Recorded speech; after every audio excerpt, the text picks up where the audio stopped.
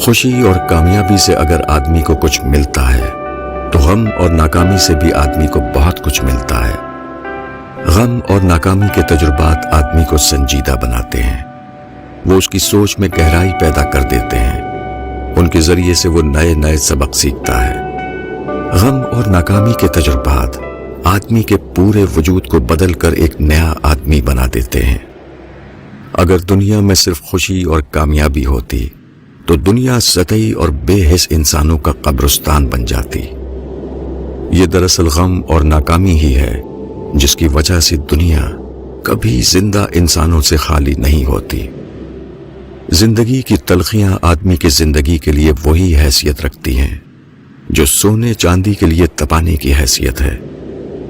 تپانے کا عمل سونے چاندی کو نکھارتا ہے، اسی طرح تلخ تجربات آدمی کی اصلاح کرتے ہیں، وہ بے چمک انسان کو چمکدار انسان بنا دیتے ہیں۔